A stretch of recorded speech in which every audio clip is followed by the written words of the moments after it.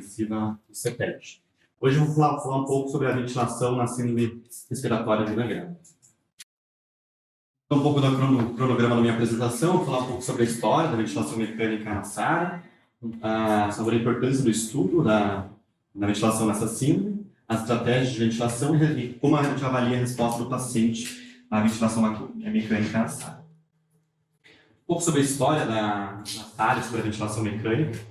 A primeira descrição sobre a síndrome e sobre a ventilação mecânica na SARA foi feito na revista The Lancet em 1967, onde um médico descreveu uma síndrome de distresse respiratório em 12 pacientes que se manifestava com taquipneia, hipoxemia e perda da complacência na ventilação mecânica. Ele achou essa síndrome muito parecida com a síndrome de distresse respiratório na criança, naqueles pacientes com síndrome da membrana hialina. E ele percebeu que essa síndrome respondia muito bem ao aumento da PIP e também ao uso de corticosteroides.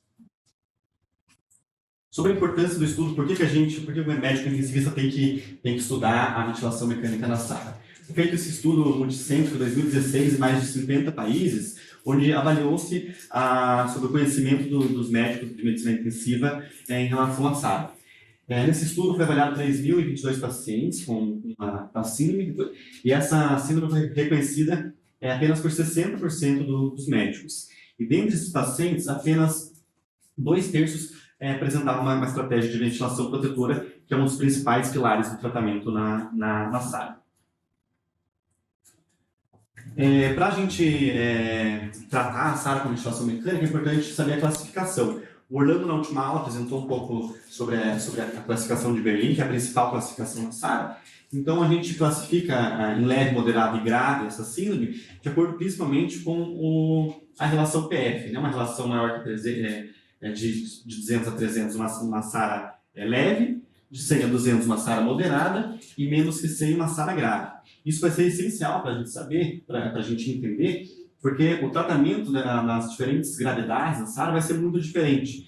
Então, por exemplo, pacientes com SARA leve poderão ser tratados com VNI, por exemplo. Na SARA grave, a VNI, quando administrada por muito tempo, pode até aumentar a mortalidade. Então, é essencial a gente saber a diferença dessa classificação. E como que a gente identifica um paciente com SARA na ventilação mecânica? Então, na beira-leito, só de olhar para o ventilador mecânico nas curvas de fluxo, de volume, a gente consegue diferenciar um paciente que tem uma SARA. A SARA é muito parecida com os pacientes com fibrose, mas a gente vai conseguir diferenciar se o paciente está com SARA ou com uma fibrose por outra causa, principalmente pela história, né? Por exemplo, agora que a gente está numa pandemia, se o paciente teve contato com Covid, tem sido uma síndrome gripal associada. Então, isso vai diferenciar se o paciente tem uma SARA do paciente com uma fibrose. Como a gente identifica? Principalmente através do pico de fluxo expiratório extremamente alto e através da pressão de pico. Isso sem mexer no ventilador. Só olhando para o ventilador a gente consegue identificar essas características que são bem específicas da síndrome respiratória aguda grave. Além disso, a gente pode fazer alguns cálculos para identificar algumas características mais específicas da síndrome também. Então, além da elevação de pico e a PFA alto, a gente pode medir a drive pressure e a pressão de platô. Então, na SARA a gente vai ver uma alta da pressão de platô e, consequentemente, uma drive pressure maior também.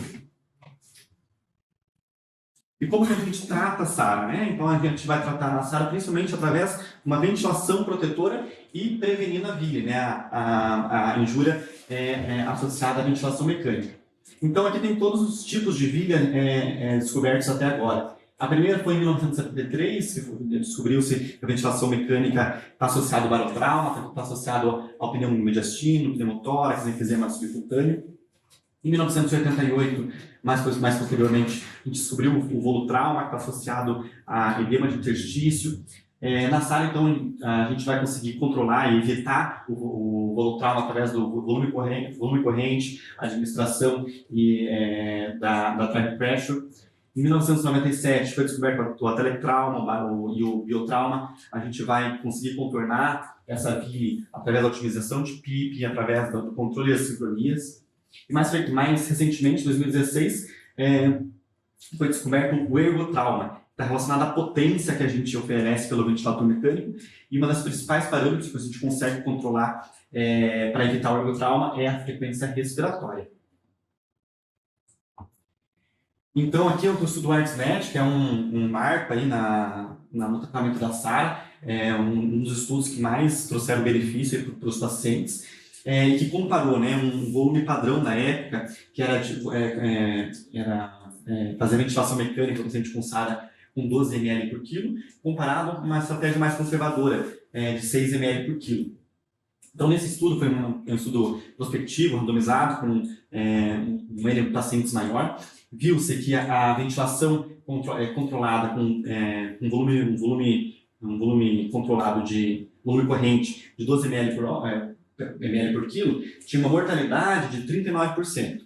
Já que se a gente admitisse uma ventilação com um volume corrente menor de 6, metade do que era preconizado na época, tinha uma mortalidade de 31%. Então, praticamente 25% de redução da mortalidade só ventilando o paciente com um volume corrente menor. Isso é um grande marco aí mostrou que a ventilação mecânica mais protetora é eficaz na diminuição da mortalidade do paciente com SARA. Então, como que a gente ventila o paciente? Né? A gente sempre preconiza iniciar a ventilação com 6 ml por quilo de peso predito. Né? Então, naquele estudo, eles administraram um cálculo diferente para homens e mulheres, né? Onde o cálculo do peso predito é 50 mais 0,91 vezes a altura em centímetros menos 152,4 para as mulheres, ao invés de 50, um número de 45,5. Isso vai dar o peso predito do paciente, que a gente vai multiplicar pelo volume corrente que a gente quer. A gente geralmente parte da ventilação de 6 ml por quilo. Se o paciente, por exemplo, reter CO2, a gente pode até 8 ml por quilo. E se o paciente, por exemplo, tiver uma drive pressure maior, a gente pode diminuir até para 4 ml por quilo sem nenhum problema de maior mortalidade. Quando a gente ventila o paciente com volume mais baixo, uma das preocupações do plantonista, uma das preocupações do médico intensivista é a acidose respiratória, né? A gente tem que entender que a gente não quer um pH na gasometria normal, de 7,35 por 7,45. A gente não tem que ter como alvo esse pH. Então, a gente adota a hipercapnia permissiva, né? Com PCO2 mais elevadas, desde que o pH mantenha-se mais 7,25. Esse número ainda não existe um valor alvo, né, escrito na literatura, existe muita discussão sobre esse valor. Mas a maior parte dos autores admite o pH na gasometria como maior que 7,25 adequado para esses pacientes.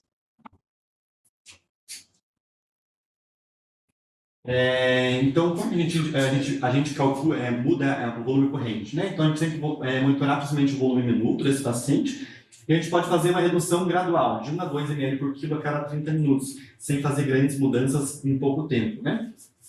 Como que a gente compensa o paciente com volume baixo, por exemplo, que está fazendo uma hipercapnia maior, com um pH menor que 7,25? A gente tem que aumentar o volume minuto, né? Então, a gente pode aumentar a frequência respiratória para manter o volume minuto. A gente sempre evitar alto PIP, manter um tempo respiratório maior, que 0,7 segundos também é eficaz. Minimizar o espaço morto, por exemplo, diminuindo ali umidificando a ventilação mecânica ou diminuindo o circuito. E quais são os determinantes da PSO2 para a gente calcular o volume minuto? Então, a PSO2 depende da produção de CO2 pelo corpo, está relacionada à hemodinâmica do paciente, ao débito cardíaco, e o volume alveolar está diretamente relacionado ao volume minuto, que está relacionado ao volume corrente, à frequência, e também ao espaço morto. Então, a gente tem que verificar o que a gente pode modificar para tentar deixar uma PCO2 menor naqueles pacientes com acidose respiratória.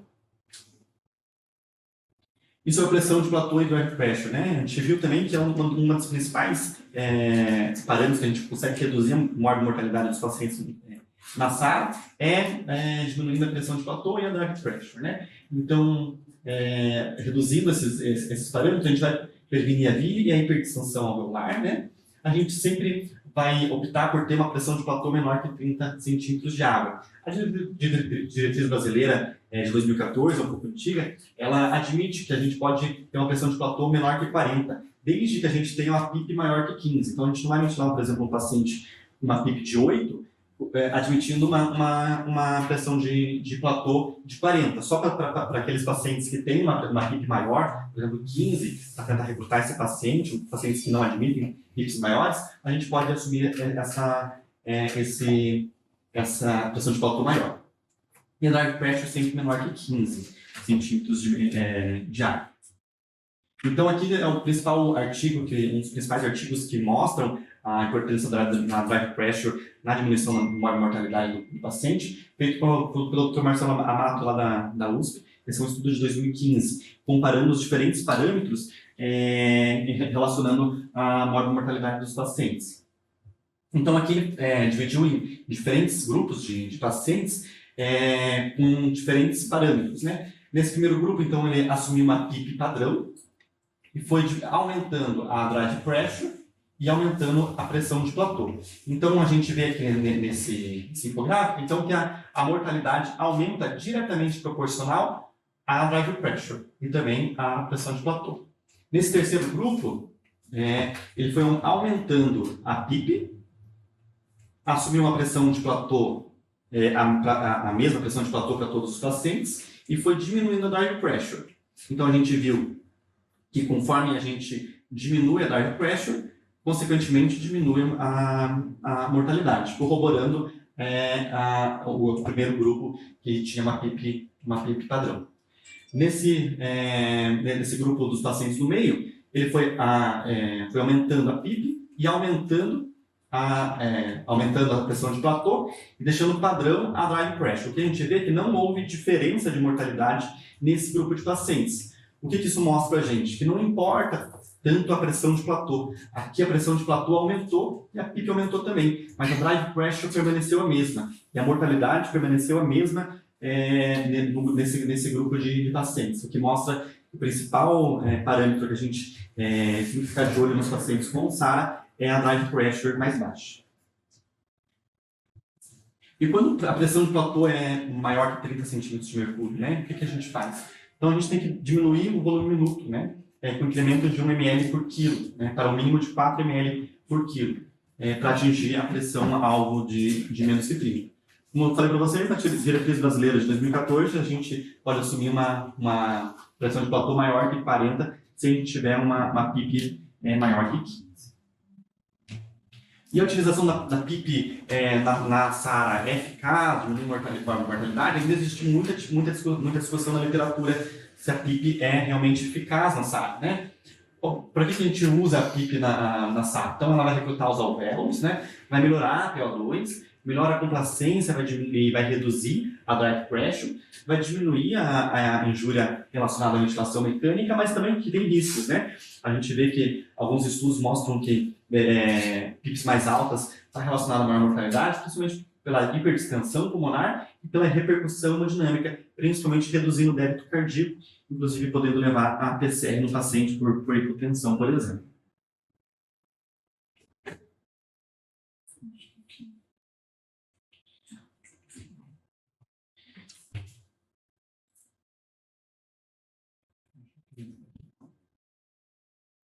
Aqui é mostrar só o poder da PIP para recrutar os alvéolos, acho que na apresentação. Tem que voltar mais assim, daí ele... Não deu? Não. Ele abriu. Esse filme é tão bom. Aqui está mostrando a importância da utilização da PIP na SARA, como disse, tem muita divergência na literatura. Esse é um estudo de 2010, que mostra que nas pacientes com SARA grave e moderada, PIPs maiores estão relacionadas à menor mortalidade dos pacientes. Já nas SARAs leve, quando você ventila o paciente com uma PIP maior, essa ventilação com uma PIP maior está associada a uma mortalidade maior nos leitos de UTI. Só que estudos mais recentes não mostram essa diminuição da mortalidade. Então, essa meta-análise de 2017, de 8 ensaios, mostra que sim, a PIP aumenta, melhora a oxigenação, melhora a PO2, mas não tem diminuição da mortalidade. não tem diminuição dos dias do paciente na ventilação mecânica ou no barotrauma. Então, eles compararam pacientes com uma PIP maior de 15 e pacientes com uma PIP de 9. Então, não houve diferença nesse estudo, nessa meta-análise, de diferença de mortalidade ou de dias de ventilação mecânica. Então, ainda permanece, apesar de a gente usar a PIP maior nos pacientes com SARA, ainda não existe uma evidência de diminuição de mortalidade nesses pacientes. E qual é a melhor PIP que a gente usa nos pacientes com SARA? Existem vários métodos, né, de titulação da PIP. Então, a gente tem a tabela do ARTSNet, a gente pode fazer a titulação da PIP decremental, pela complacência estática, pela impedanciometria, pela oxigenação, pela tomografia de tórax, método de volumes aleatórios, onde a gente vai aumentando o volume corrente, e método da melhor complacência. A gente também pode usar uma manobra de recrutamento, porque também não tem uma evidência tão alta de diminuição da mortalidade. Uma dos métodos mais preconizados é a manobra de recrutamento máximo com titulação decremental, né? Que também alguns estudos indicam que até aumenta a mortalidade dos pacientes.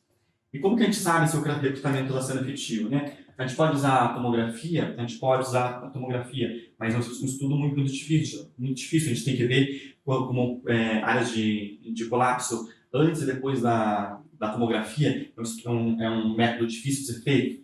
Bioimpedância pode ser feito? Também pode ser feito. A bioimpedância pode ser feita à beira-leito, mostrando áreas de recrutamento, áreas recrutáveis do alvéolo. Mas também é um método de imagem muito difícil de ser visto nas UTIs pelo elevado custo. Então, a gente usa principalmente a relação PF, né? A gente vê que a relação PF ao longo do tempo pode até mostrar recrutamento eficaz até 12 horas depois desse recrutamento. Então, aqui é um método de titulação e recrutamento decremental. Então, a gente usa PIPs aí, podendo ir até 28 mais, né? Aqui mostra um exemplo da diretriz. A gente então vai ver principalmente a drive pressure e a complacência do paciente, sempre medindo a PAM. Então, idealmente, a gente faz as manobras de recrutamento com PAM, justamente por aquela diminuição no débito cardíaco. Então, a gente vai ver qual a melhor complacência com menor drive pressure. Então, aqui temos aqui no PIP de 14, uma complacência de 30 e uma drive pressure de 14. Esses são os melhores parâmetros, então a gente tende a ventilar o paciente com essa PIP ideal. Aqui tem um outro estudo mostrando o impacto da mortalidade no recrutamento, né? Esse é um estudo feito pela doutora Matos, em 2012, na Nova Einstein, que mostrou, né, uma mortalidade 28% inferior naqueles pacientes com recrutamento. Isso em relação à média histórica do hospital e da literatura. Então, não foi feito um estudo randomizado, duplo cego, então um estudo com baixa evidência.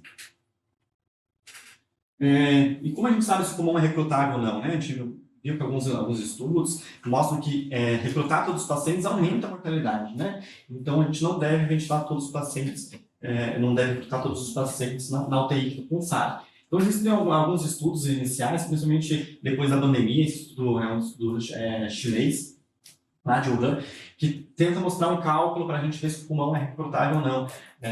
Faz essa relação R e o ratio, a gente calcula o volume no paciente com uma PIP mais alta, depois com uma PIP menor, e com uma drive pressure também com uma PIP menor, uma PIP mais alta. Um valor maior que 1 seria um pulmão recrutável. Mas esse estudo é um estudo pequeno, com 12 pacientes, então são estudos muito iniciais ainda que não mostram redução da mortalidade usando esses métodos. Então, a gente precisa de mais estudos para associar esses cálculos de recrutamento à maior mortalidade e desfecho dos pacientes. O Orlando falou na última aula também sobre outros métodos de tratamento do COVID. Então, aqui, principalmente, o principal estudo sobre prona, em 2010, foi um estudo EUPAPS, né? A primeira meta-análise mostrando a diminuição da mortalidade nos pacientes, aqueles com uma PF menor que 100. Primeiro estudo de meta-análise, mas não existia nenhum estudo ainda, nenhum trial mostrando essa redução de mortalidade. Então, tem o estudo ProSEVA, que é o primeiro RCT, mostrando a diminuição da mortalidade na SARA. Esse estudo foi um grande divisor de águas também, junto com outro estudo de 2000, porque a Prona mostrou-se como uma das principais métodos de redução da mortalidade, além da ventilação protetora. Então, o que hoje a gente tem de evidência científica que diminui a mortalidade nos pacientes com SARA em relação à ventilação então, a ventilação protetora e a Prona, né? Então, esse estudo mostrou uma mortalidade de 28 dias, foi de 16% no grupo Prona e 32,8% no grupo supina. Isso com um P significativo. Um dos problemas de ventilar paciente com SARA, principalmente em ventilação protetora, é ele fazer as sincronias, né? Então, aqui a gente tem um exemplo de duplo disparo com empilhamento de ciclagens, né? Então, as principais assincronias nos pacientes com SARA é o duplo disparo e o disparo ineficaz. Em relação ao duplo disparo, ele se caracteriza com uma segunda respiração, uma segunda ventilação, antes que o ventilador conclua o primeiro ciclo, né? Como é que a gente trata? Principalmente aumentando o volume corrente. O duplo disparo ocorre principalmente quando a gente ventila o paciente muito abaixo para suprir a demanda. Então, a gente consegue fazer aqueles incrementos de ventilação de volume corrente de 1 ml por quilo a cada 30 minutos, como eu havia dito. Outra sincronia muito frequente nos pacientes com SARA é o disparo ineficaz, né? Onde os esforços do paciente fazem disparar o ventilador, podendo causar autopico causando um bulotrauma. A gente trata essa sincronia, diminuindo principalmente a sensibilidade do ventilador mecânico. Sobre o ergotrauma, ainda é um tipo de vírus ainda muito discutível na literatura, que está relacionado à potência que a gente oferece no ventilador mecânico. Então, está relacionado à distensão pulmonar, movimentação de gases, ao volume, à PIP e principalmente à frequência respiratória, né?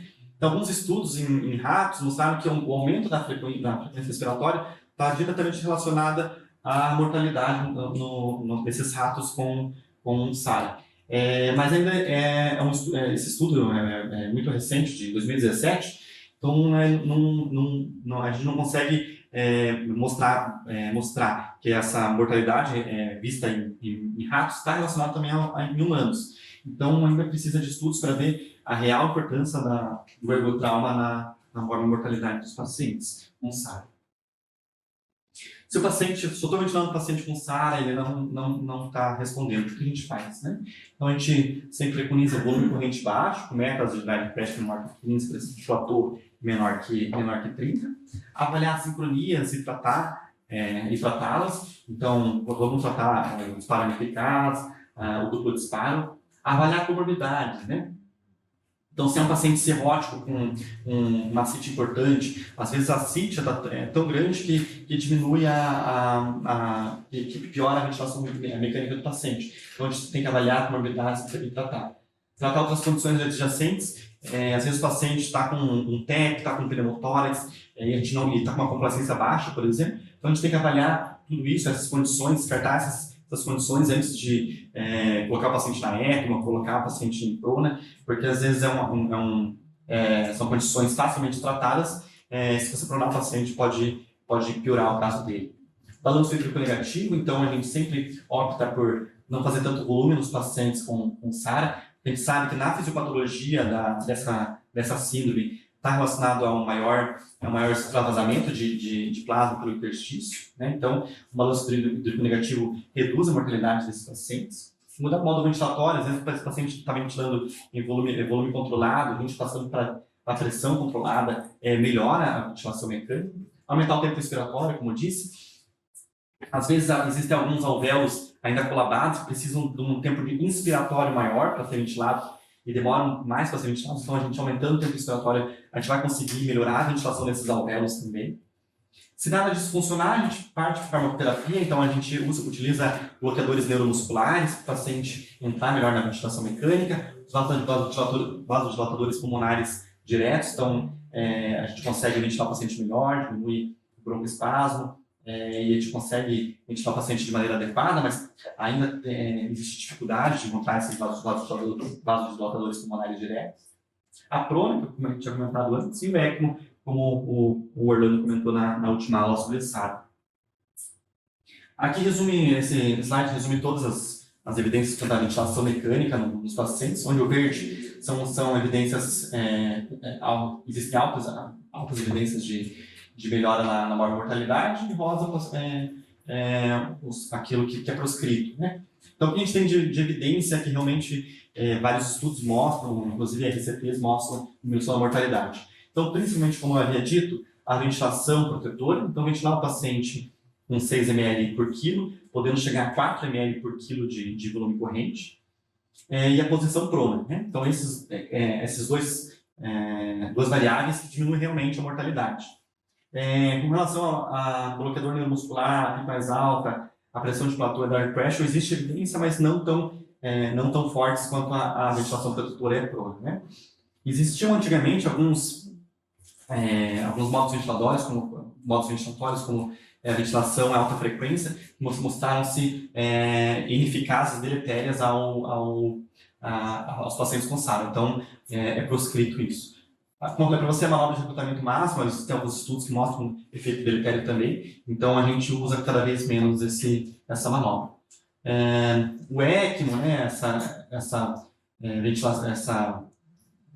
ventilação protetora para a gente tentar desmamar lavar o CO2, esse modo ventilatório também tem poucas evidências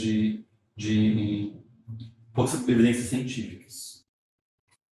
Aqui são as minhas referências. Obrigado.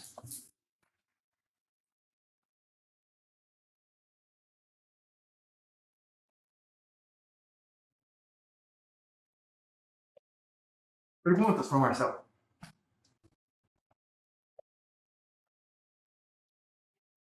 Voltar para aquele slide que o primeiro que você fala sobre PIP na sala.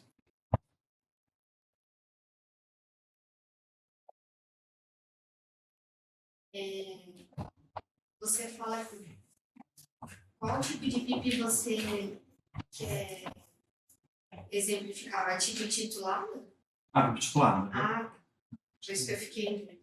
Se era PIP ideal ou PIP abaixo ideal de com base na titulação. Ah, entendi. Mais. Alô, Bruno, Adari.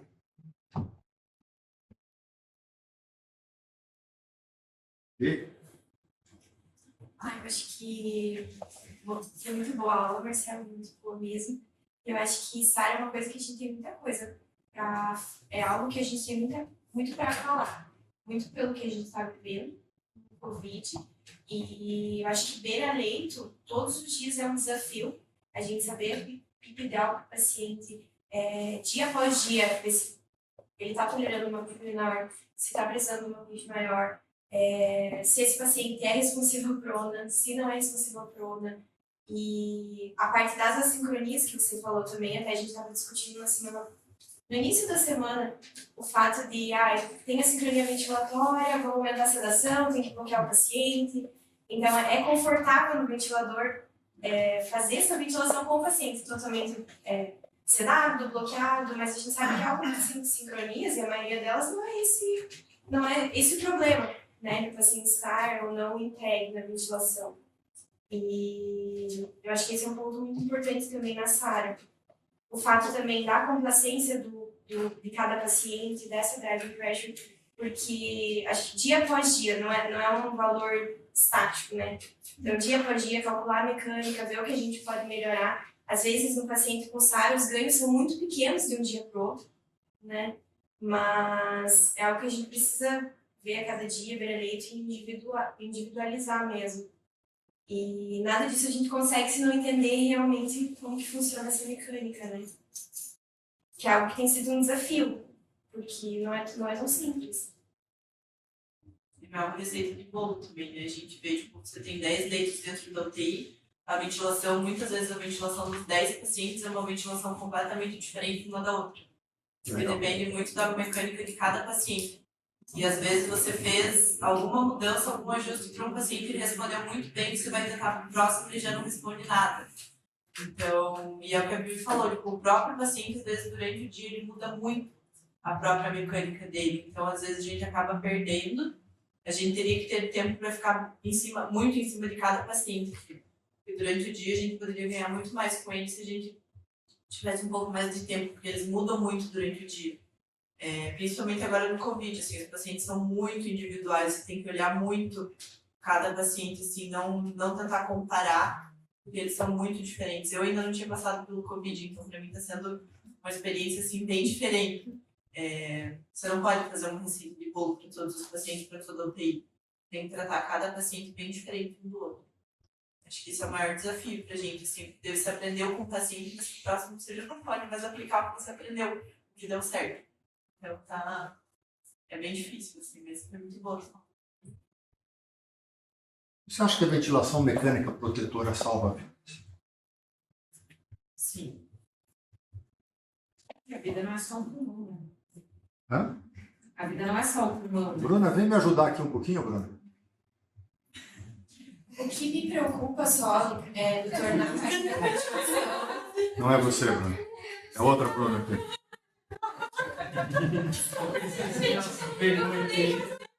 Como é que eu faço para poder passar? Porque tem que sair daquele ali? Aqui não. Não? É só eu passar aqui? O controle, lá naquele controle. Sim.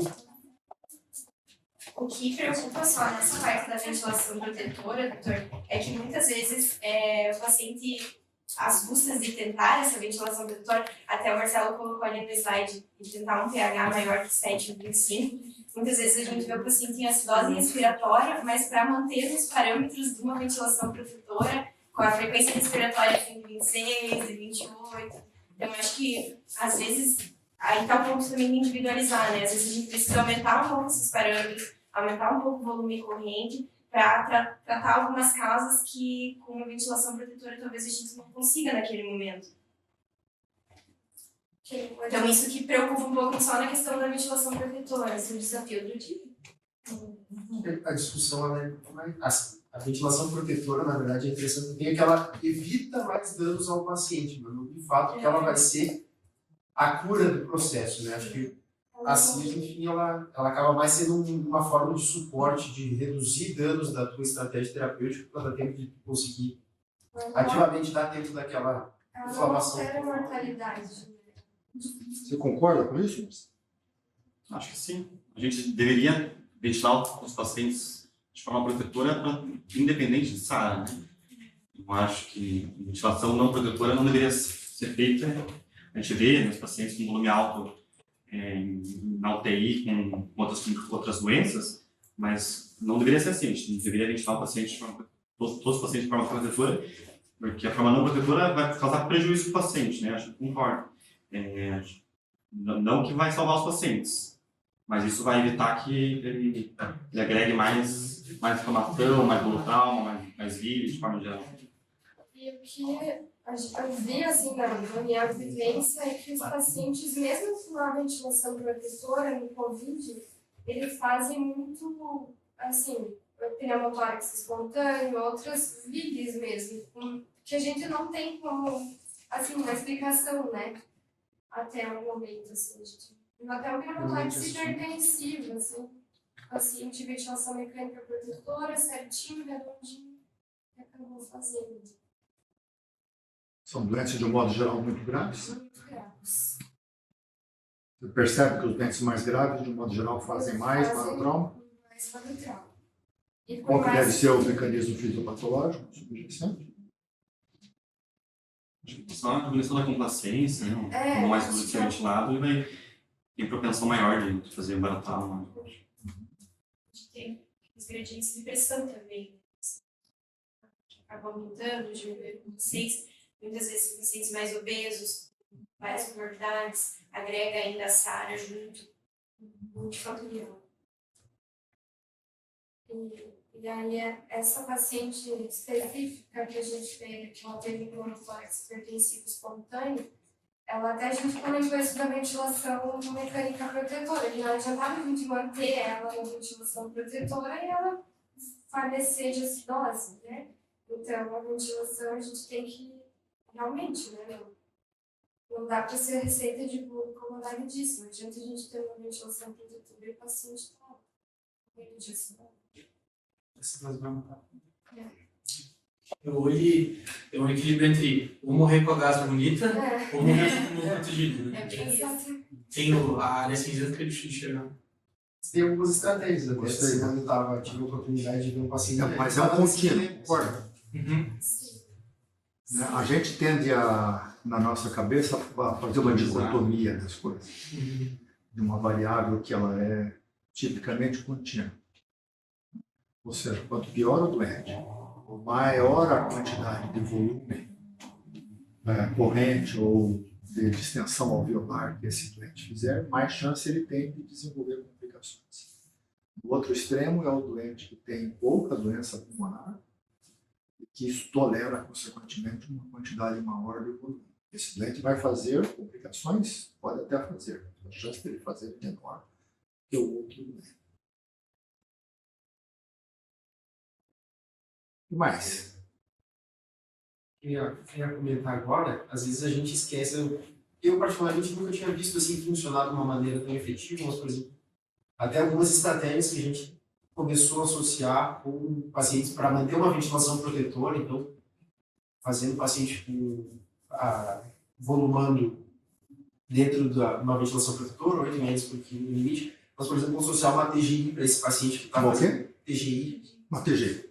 para esse paciente poder, então, recircular, lavar um pouco de oxigênio, equilibrar essa acidose, uma estratégia à parte do paciente que tem potencial risco de fazer uma lesão grave por momentos. TGI. Oh, lá na Santa Casa. Não, nessa da casa é TGI também. Claro. Nossa, é muito difícil ter em todos os lugares. A gente fez a pergunta que quer, a gente faz, às vezes coloca, e só, claro, vai aumentar o volume corrente, tem a possibilidade de fazer um trauma ali também, mas é a questão que tu consegue reduzir uma pressão de pico mais estourada, tolerar esse paciente baixar o volume corrente pelo ventilador, aumentar o volume minuto e deixar com que ele, de certa forma, num prazo um pouquinho mais tendido, consiga lavar, que isso vai melhorar parcialmente a acidose, mas assim, isso, assim, pacientes, e é isso que as meninas falaram, às vezes os pacientes respondem muito bem a essas estratégias, tem pacientes que fazem diferença. Então, acho que essas particularidades, que às vezes o fato da gente ter o conhecimento, mais importante do que ter esse conhecimento é aplicar para aquele paciente especificamente, com lesões assimétricas, nem sempre a lesão ela é bilateral, por exemplo, tem às vezes pacientes que ventilam o pulmão muito bem, o outro pulmão não. Então isso, numa mecânica geral, o ventilador vai tocar os dois pulmões ao mesmo tempo, o que vai às custas do que, qual que vai fazer lesão do que. Então, isso realmente que é a cereja do bolo diferenciar.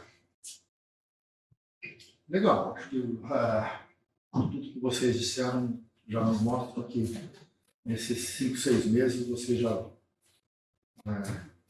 tem um conceito bastante bem estabelecido da gravidade da SARA, das diferenças das SARAs para doentes diferentes, algumas estratégias ventilatórias para poder aplicar de uma forma personalizada, etc. Vou ressaltar algumas coisas básicas. A primeira delas é esse estudo que embora tenha sido publicado no final da década de 90, ele é nada mais do que uma demonstração daquilo que se conhecia já na década de 80. Começou a falar que a ventilação mecânica ela salvava vidas, mas ela poderia acrescentar lesão pulmonar também. Mais ou menos que nem sangue, né? Vocês alguém tem dúvida que sangue salva vidas? Mas não dá para poder fazer sangue para todo mundo que sangra. Né? E muitas das pessoas que sangram terão bons prognósticos. Você só vai ganhar com o sangue só os efeitos eventualmente deletérios. O sangue não é completamente seguro. Quer dizer que quanto mais grave for o doente, mais chance ele tem de se beneficiar da administração do sangue e que o efeito deletério do sangue para esse doente não vai fazer muita diferença. Ela é uma variável contínua. Mais grave for o doente, mais você otimiza o benefício, o potencial do benefício daquela intervenção. E é menos problemático para ele o efeito deletério que aquela intervenção faz. A gente pode separar isso em 3 grandes grupos. Num grupo de doentes aí de uma variável ordinal, aqueles doentes que sangram um pouco, se você administra sangue, ele só tem efeito benéfico. Doente muito grave, que a administração de sangue quase que só tem efeito benéfico. E um intermediário, que você tem sempre que correlacionar para cada doente se o sangue naquele momento vai causar mais benefício do que o risco ele vai estar carregando. E com a administração de volume, ventilação mecânica é a mesma coisa. Você sempre tem um efeito deletério. A partir de um determinado momento, vale a pena correr esse risco, tentando otimizar os efeitos benéficos e minimizando os efeitos deletérios. E toda intervenção faz a ventilação mecânica também. Se você pega um pulmão normal, que é um pulmão camundongo, e faz uma administração de volume corrente, que aumenta a pressão, não sei se é platô, é a pressão de pico, provavelmente é a pressão de pico. 45 centímetros de água, que é bastante, mas veja que já acontece com 5 minutos. E veja o que acontece 20 minutos depois. Então, você causa lesão mesmo por volume. É uma lesão traumática. Isso nós estamos pegando pulmões normais. Então, acho que não há dúvida disso de que a ventilação excessiva, a ventilação que causa hiperdistensão alveolar, ela causa, obviamente, lesão pulmonar significativa. Aí vocês acham que o que aconteceu, será que no trabalho do Marcelo Amato original? Não sei se eu trabalho certo.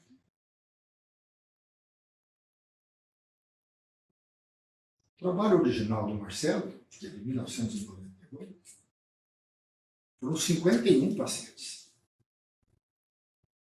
Feito ali nas enfermarias, ali na área de pneumologia da Hospital das Clínicas de São Paulo. Tem a parte das enfermarias, mas tem uma UTI de 4 leitos. Acho que já deve ter mais. Acho que uns 15 anos atrás, 20 anos atrás, uma UTI pequenininha. Mas foram lá que eles fizeram uma estratégia de ventilação mecânica protetora, que foi o primeiro ensaio clínico publicado no Língua, só com 51 doentes. Que mostrou uma diferença importante de mortalidade. Eu acho que eu não tenho aqui. Aqui, ó. Marcelo Amato, 1998. Estratégia protetora com estratégia convencional. 24 pacientes com a estratégia convencional, 29 com a protetora. E veja a diferença de mortalidade. 12 com 6.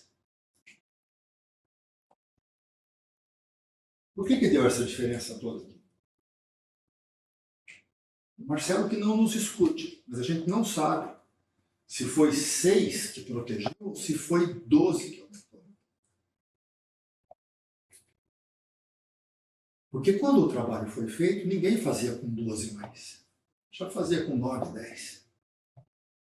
12 é demais. 12, se pegar um doente com 70 quilos, fazer volume corrente de 900 ml. Você não vê isso habitualmente. 70 quilos é um paciente pequeno, né? Do peso ideal, né? Como você mostrou ali, né? Na hora que vai fazer o cálculo. 70, 80 quilos, 1000 ml, ninguém fazia isso. Será que foi 1000 que aumentou a mortalidade ou foi 6? Estou querendo colocar essa questão para vocês, e que assim, não há nada na ventilação mecânica que possa a gente imaginar e que você fazer uma ventilação mecânica protetora salva 20%. Diminua 20% da mortalidade. Não há nada. O estudante faz isso. SARA porque ele broncoaspira, ele inflama, porque ele faz pneumonia, ele faz uma SARA extrapulmonar, ele faz uma lesão pulmonar. O que a ventilação mecânica está fazendo de tratamento disso? Nada. O que o doente salva? 20% de mortalidade. Que deixa de machucar. Porque deixa de machucar. Porque o outro está aumentando 20%. Entendeu? Ainda tem sempre um benefício. Se você fizer um sangue, uma substância que possa carregar o sangue, que não vá produtos figurados de outra pessoa, no das contas é um transplante, né? Desculpa. Não, Eu sempre olho para você que faz transplante. eu nem sei Fala. o que é isso. Né? Você está fazendo sangue de célula de outras pessoas? Se você fizer um próximo que seja completamente inerte, só carregue hemoglobina, aí você pode fazer para qualquer um, porque não carrega risco nenhum. Né? Então, a ventilação mecânica protetora, ela deixa de aumentar 20% da mortalidade. Ela deixa de causar mais ofensa, mais injúria, mais lesão do pulmão. Estamos de acordo com esse conceito? Né? Baseado naquele estudo ali de que se eu ventilar o doente com volumes altos, causar grandes distensões, eu causo lesão pulmonar. Se eu fazer uma lesão, uma ventilação protetora, eu deixo de evitar, eu deixo de acrescentar essa lesão. Certo? Agora, isso acontece porque eu faço isso durante 5 minutos ou porque eu faço isso durante 1 hora? Porque eu faço isso durante 24 horas. Quanto mais tempo, mais lesão. Por isso que o doente com SARA, como você falou, a gente tem que reavaliar esse doente toda hora. Na hora que ele estiver brigando com o ventilador, não adianta eu setar o ventilador uma vez por dia e estabelecer qual que é o volume corrente, qual é a melhor drive pressure, a melhor complacência, qual é a melhor pico para aquele momento, das 11h30, meio-dia.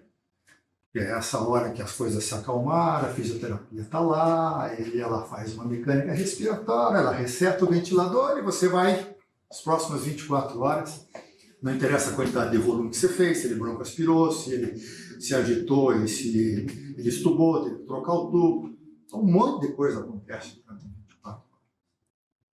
E o prognóstico do doente vai ser o acúmulo de intensidades de momentos em que ele fez uma ventilação que não era protetora, multiplicado pelo tempo que ele ficou. Por isso que esse doente precisa ser cuidado, né? Diuturnamente. Né? Eu entendo que o Covid, aqui no Hospital das Nações, que eu tenho mais, eu nasci aqui, no Hospital das Nações, gosto de dizer que o primeiro doente que internou no Hospital das Nações, em abril de 1987, fui eu que atendi. O primeiro doente internou na UTI. Quando o hospital abriu, a média, na época aí, antes do Covid, era de ter 3, 4 doentes em ventilação. 3, 4. Em março nós te jogamos lá, no Hospital das Nações, e acho que no período de pico tinha 60, 50 doentes em ventilação. 10 vezes mais. Claro que isso dificultou o controle desses doentes e muitos doentes, muitos, quase a totalidade, não foram ventilados adequadamente. Não foram, né? Porque precisa de gente na beira do leito. Ventilação mecânica, para poder ser protetora, ela meio que escraviza alguém. De um modo geral, ainda bem, a gente tem a fisioterapia na Cadê Orlando. Ainda bem que a gente tem a fisioterapia, a esposa do Orlando, que nos ajuda nesse dia a dia. Né? Mas prestem atenção de que esse doente é um doente que ele muda muito, que a ventilação mecânica ela é aquilo que a gente pode fazer para poder controlando a doença de base, o antibiótico que a gente faz, o controle da sepsia à distância, minimizando cada vez mais outros danos. A ventilação mecânica realmente faz. Mas aí deveria ter mais fisioterapeuta por leito. Do que médico? Por leito, na Por verdade. leito, sem dúvida, sem dúvida. Devia ter mais enfermagem, devia ter mais médico, devia ter mais. Para ajustar isso, Porque- porque como é muito dinâmico, Mas o sistema não consegue, nesse momento, ofertar tudo aquilo que é necessário. Enfim, estou aqui, na verdade, chamando a atenção de vocês, eu sei que vocês se dedicam ao máximo a fazer isso. Uma atenção contínua sobre isso é importante. Então, são essas três aí. Nossa reunião aqui é muito mais conceitual, né? Prática. Porque prático eu já não tenho mais. Se vocês me colocarem numa UTI e tiver que ligar um ventilador, eu vou dar conta. Eu vou levar um tempo para poder saber onde é que está o botão para poder ligar o ventilador. Ainda bem, né? Aqui é um complemento. A gente tem as aulas aqui, mas você tem os coordenadores da Beira do Leito. Oferecem para vocês uma coisa diferente daquela que vocês veem. Acho que essa figurinha, de modo geral, faz um resumo, né, daquilo que o Marcelo apresentou, das diversas alterações. Acho que nós chegamos a falar, né, que a ventilação mecânica não protetora, ela causa uma vile. Acho que isso faltou, né, Marcelo, especificar o que é uma vile. É uma lesão pulmonar, uma injúria pulmonar, induzida pela ventilação. Não é associada. A gente chamava de vale lá. Talvez induzida seja melhor. Acabou sendo vile. A vale, inclusive, pode acrescentar, por exemplo, pneumonia. Acrescentar outras substâncias. Basicamente são 4. Agora até o ergotrauma. Gostei do efeito de ergotrauma. Já tinha ouvido, mas não me lembrava. Mas tinha saído. A quantidade, se acumular, né? Frequência, volume, pressão, é isso? Os gases, né? Isso tudo acaba contribuindo um pouquinho de cada uma delas para gerar trauma, para gerar mais vezes. Mas, enfim, basicamente a gente tem o holotrauma, tem barotrauma e biotrauma. Talvez atelectrauma. Está tudo sabido dessas 4 tipos de lesão?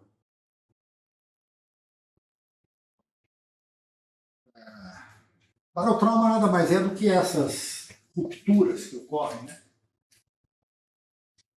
na parede do alvéolo ou na parte de implantação do alvéolo, do tipo respiratório, que faz a perda de ar para dentro do espaço intersticial. Caindo dentro do espaço intersticial, esse ar ele percorre esse caminho aqui através do feixe bronquiovascular até o mediastino, faz uma entrada de ar no mediastino. O mediastino está em comunicação direta com esse tecido mola do pescoço. O dente faz enfisema subcutâneo, geralmente começa no pescoço. Pode fazer um pneumotórax também, de mesmo lado. Mas o caminho de ruptura é por aqui. Então, quando vocês viram um doente que tem pneumotórax, ele fez um barotrauma. Às vezes com pressões que vocês não estão percebendo, mas ele tosse. Em algum momento ele pode ter feito um ou outro volume corrente mais alto e ter feito uma hiperdistensão alveolar, uma ruptura, faz um barulho. Quando que isso é mais frequente? Isso é mais frequente quanto menor for a quantidade de pulmão disponível para ventilação. Né? Provavelmente vocês vão ver isso nos dentes mais graves. os doentes mais graves, têm um menor baby lung, uma menor quantidade de pulmão disponível para aquele volume. Os barotraumas, embora sejam associados com rupturas, eles estão mais associados com pressão do que com volume. Isso é chamado de barotrauma.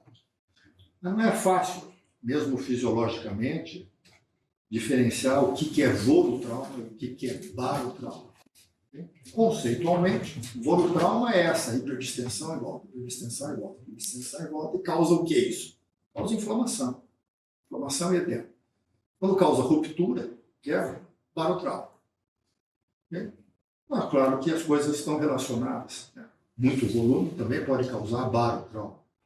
Pressões muito aumentadas podem também causar inflamação.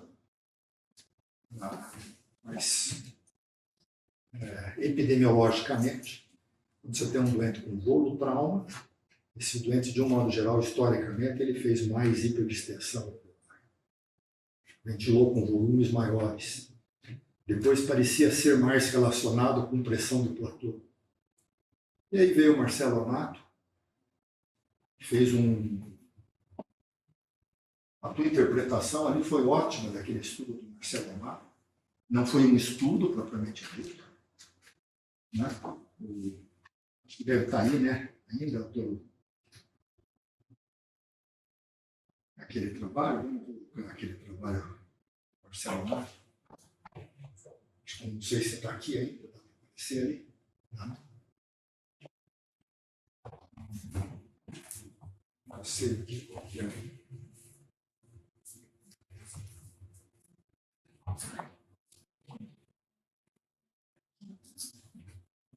Nossa, o cartinho aqui, às vezes, parece. Só pega.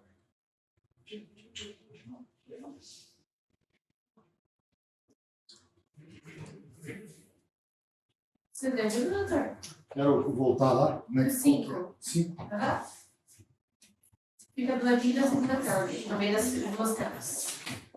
Tá, peraí.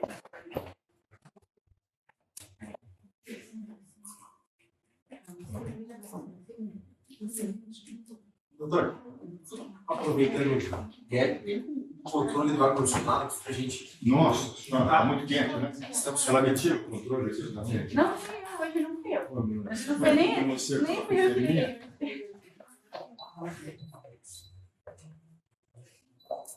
Obrigado. Eu e o Marcos.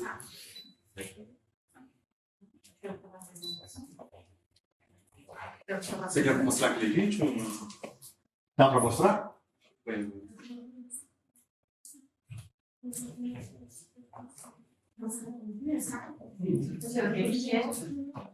Tira só, deixa eu ver aquela tela ali. Tá bom.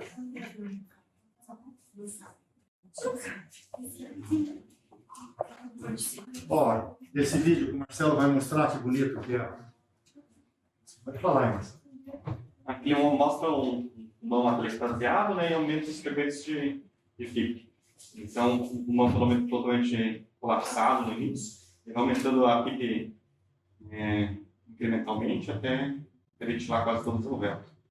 Depois mostra uma hiperextensão, né, de uma PIP além do normal. Põe aqui outra vez, embaixo, por favor. Então, vejam, quando você tem um doente que tem SARA, faz parte de um dos mecanismos fisiopatológicos da SARA a perda da membrana hialina, certo? A perda da membrana hialina faz com que o alvéolo, mesmo não inundado de edema, na hora da expiração, ele colapsa. E ele abre na expiração. Colava e abre. Colava e abre. O pessoal de São Paulo, muito associado com um cara chamado Lachman, o Carlos do Lachman, era um anestesista que criou a ideia do Open Lung, veja, isso no final da década de 80, final da década de 80. O Lachman via isso aqui, ó, veja, ó, se você pega um pulmão colapsado, na expiração ele colapsa, ó. Ele insufla na expiração. Se você não puser PIP, Agora ele colocou PIP ali. Mas joga lá atrás para ver, pessoal. Vou mostrar para vocês que se vocês não colocarem PIP no pulmão que não tem membrana hialina, ele colaba completamente. E continua havendo perfusão. Não há troca de gases nessa hora. Né? Só há troca de gases durante a inspiração. Isso daí faz uma hipoxemia brutal. Não adianta se aumentar a FO2, passa 40%, 50%, 60% do tempo circulatório com o pulmão colapsado.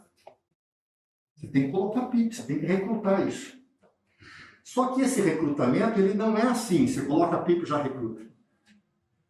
Né? O legal disso, põe aqui outra vez. Vamos repetir por pedacinho. É muito didático isso. Ó, vou lá, se você não colocar PIP. Aí coloca a PIP vai recrutando, tá vendo? Agora ele pôs PIP. Já não vai voltar mais. Viu como ele ficou? Mas ainda não recrutou tudo.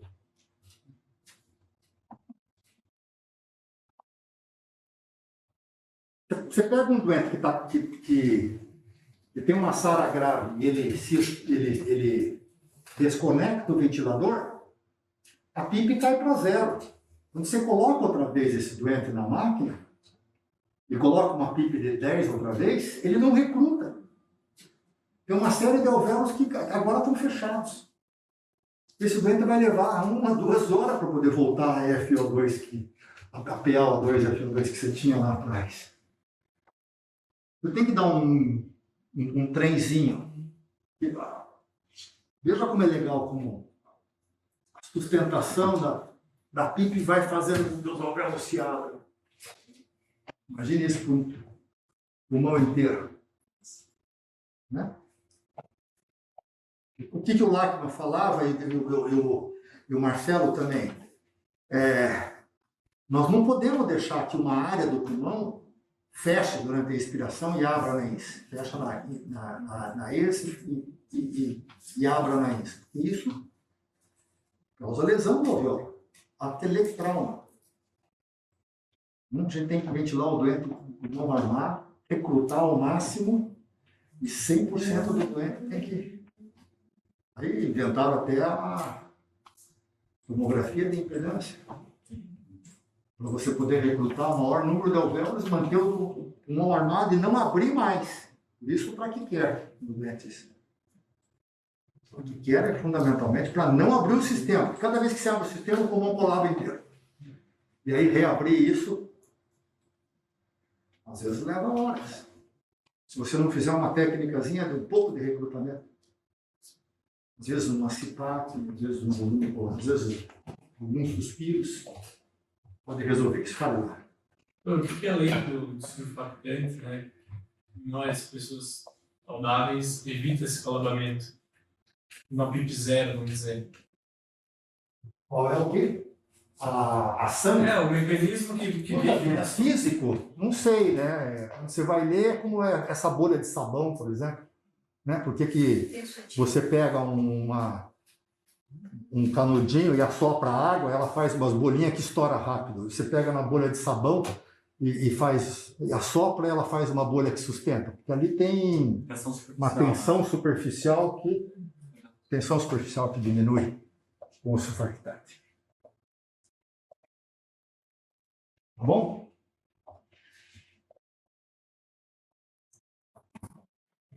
Slide anterior.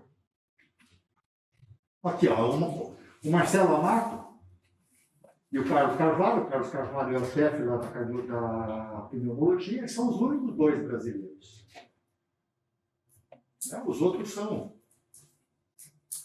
outros pesquisadores, a Maury Mead, o Art Lutsky, o Lohan Brochard. Estou falando esses nomes porque esses nomes são clássicos. O Stewart, que são esses, e o Brower. Cada um deles fez um estudo com ventilação mecânica protetora. Naquela época que o Marcelo fez em 91. Aí o Marcelo pediu para cada um deles o banco de dados daqueles estudos com ventilação protetora. que juntou todos os doentes. Ele fez uma análise estatística em cima de um banco de dados compilado de diversos estudos. Daí cada um deles veio com o nome aí. Foi o próximo. E aí virou estudos com 600 doentes. O Marcelo Amato tinha 51, né? E isso aqui é lindo. Se você deixar a PIP e aumentar a pressão do platô, olha como aumenta a mortalidade. Mas será que aumentou por causa da pressão do platô ou por causa da driving pressure? As duas aumentaram.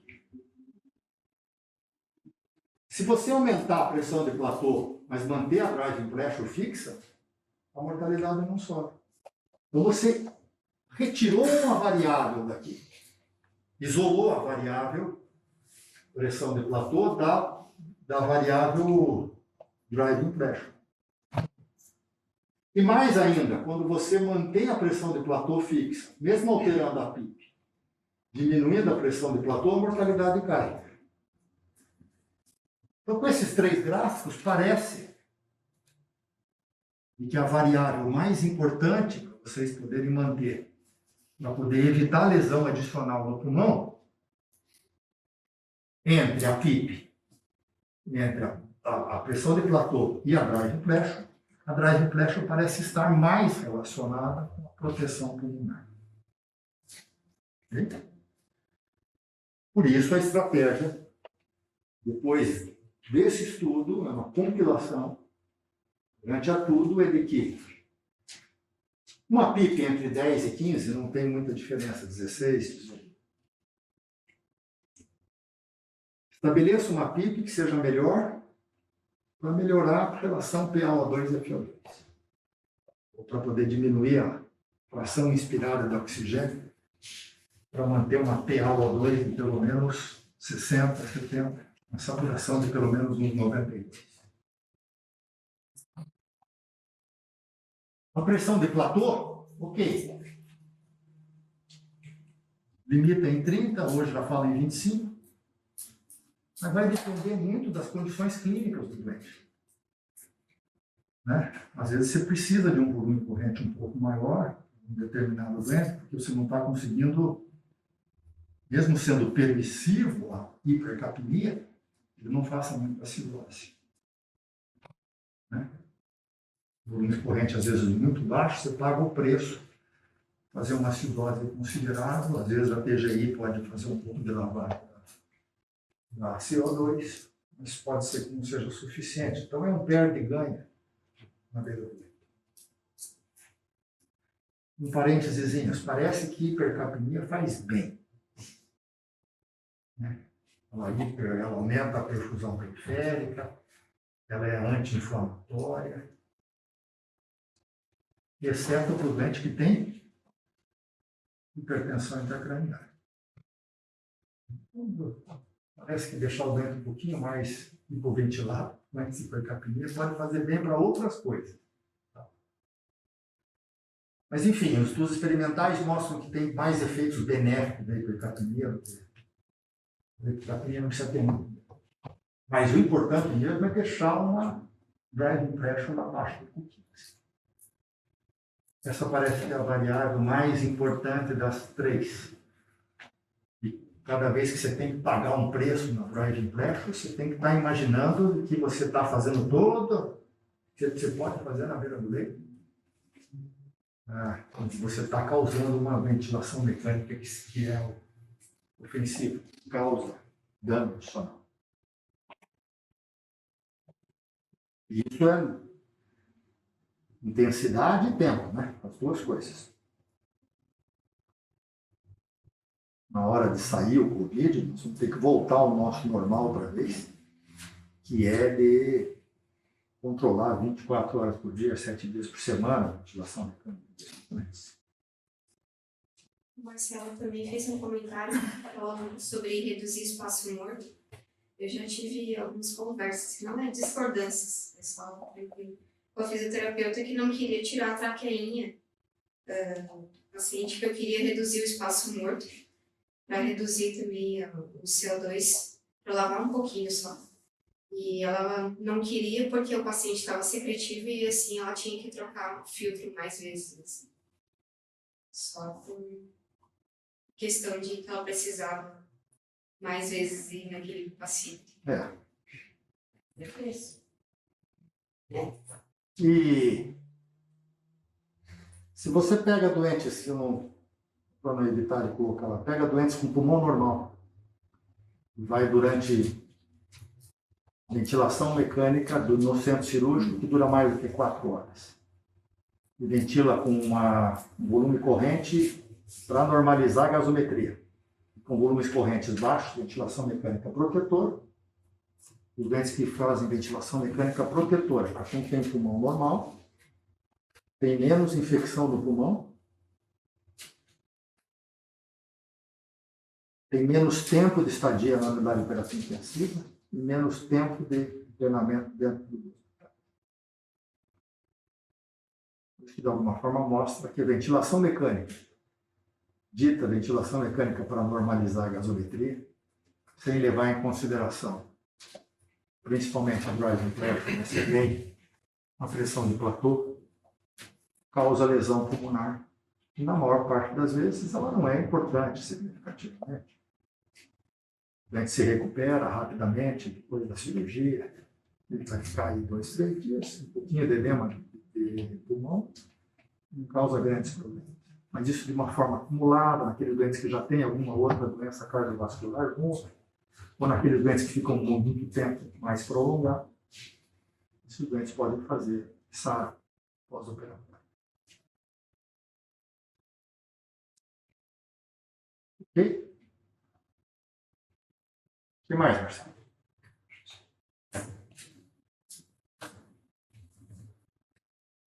Acho que a gente não deve chamar de síndrome da...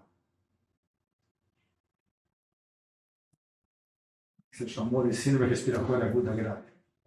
A síndrome respiratória aguda grave foi descrita em 2012, naquela lesão por Covid, pelo SARS-CoV. Né? Acho que até ela em 2010, 2011, por influenza também. Né? E depois no Oriente Médio, a SARS-MERS. Né? Então, ela é uma síndrome respiratória aguda grave, por causa dessas causas virais, mas hoje, o doente que interna nas enfermarias, na unidade de terapia intensiva, que precisa de oxigênio em dose baixa, você já chama de síndrome respiratória. Tem muita dispneia, falta de ar, oxigênio, mas não tem SARA, né? Tem complacência vida, não tem condensações do lado quadrante, pode até estar, mas aí já tem SARA. Então, SARA ainda é uma doença, pelos critérios de Berlim, tem que ter os 4 quadrantes comprometidos, lesão difusa, complacência baixa, resistência à administração de oxigênio, chance pulmonar, não pode ter lesão no ventrículo esquerdo, ou insuficiência respiratória aguda. Como ele disse, né, você viu uma publicação no Lancet com 12 doentes. É a publicação mais importante da SARA. Uma descrição de caso. Uma doença que não se conhecia. O New England e o JAMA negaram a publicação. Porque achavam que era... Isso aí não deve ser uma coisa importante, são 12 casos só. E eles só conseguiram publicar na 3ª revista. Dos 12 doentes, 6 doentes são ventilados com BIRB, Mark 7. E 12 doentes por um ventilador chamado Engstrom. O Engstrom era um ventilador controlado por volume e o BIRB era um ventilador controlado por pressão. Dos 12 doentes, 5 se salvaram.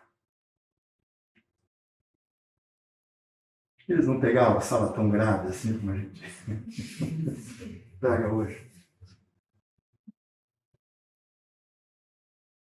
Mas, enfim, faz parte da história. Alguma coisa? Mais?